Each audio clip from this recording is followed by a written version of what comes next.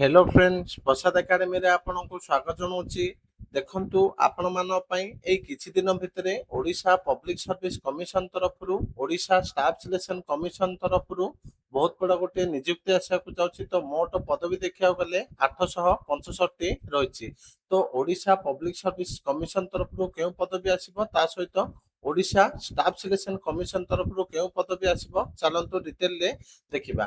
तो डिटेल देखिया पूर्व आप गोटे छोटा इनफॉरमेशन दे दूँ। तो जो मैंने भी घरे रही ऑनलाइन मोड रे वेबसाइट रो कंप्यूटर सर्टिफिकेट करिया पई चाहउछंती जोटा कि आगो को आपनकर एस हो किबा ओएमसी रो वैकेंसी आसुची। तो सेइथरे आपनकर कंप्यूटर सर्टिफिकेट निहाती दरकार जोटा कि मो आपन को प्रीवियसली मध्ये वीडियो करके कहितली। तो जो मानकर भी कंप्यूटर सर्टिफिकेट नाही तो ये कांटेक्ट नंबर दिया जाए नंबर को कांटेक्ट कर पारे। तो जो मैंने जून मास रे जॉइन होबा पई चाहउछंती सेमानक पई 2 दिन समय रहला। तो आपण माने जदी ए 2 दिन भितर जॉइन होचंती तो आपनकर पूरा ए जून मासटा काउंट हे जिवो।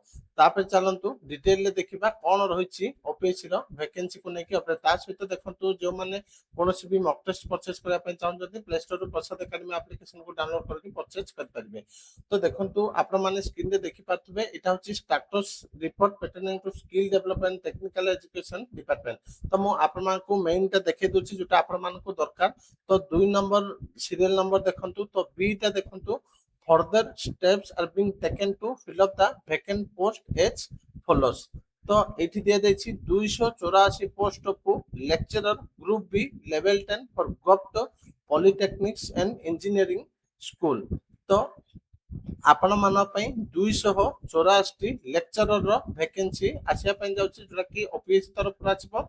तो एई लेक्चरर पोस्ट आपनकर government polytechnics and engineering school गुडिकर रहिबो। तापर देखंतु 28 post of principal level 2 vice principal group B level 12। तो आपण मान पे प्रिंसिपल आ वाइस प्रिंसिपल रो भी वैकेंसी आसिया पे जाउछि। तापर देखंतु 543 post of assistant training officer.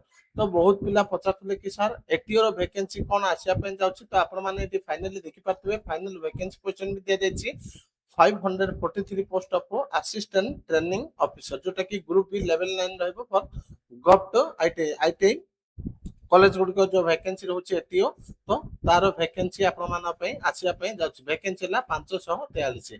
तापर देखंतु 10 post of assistant professor for government engineering colleges.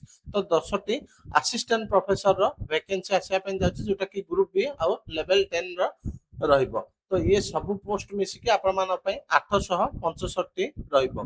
तो जो माने भी ओसीआईटी किबा जे कोनोसी मॉक टेस्ट परचेस करिया पे चाहउचंती आपण माने odishastudypoint.com वेबसाइट पे जाके कर परिबे किबा प्ले स्टोर रो प्रसाद एकेडमी एप्लीकेशन को डाउनलोड करके करि परिबे।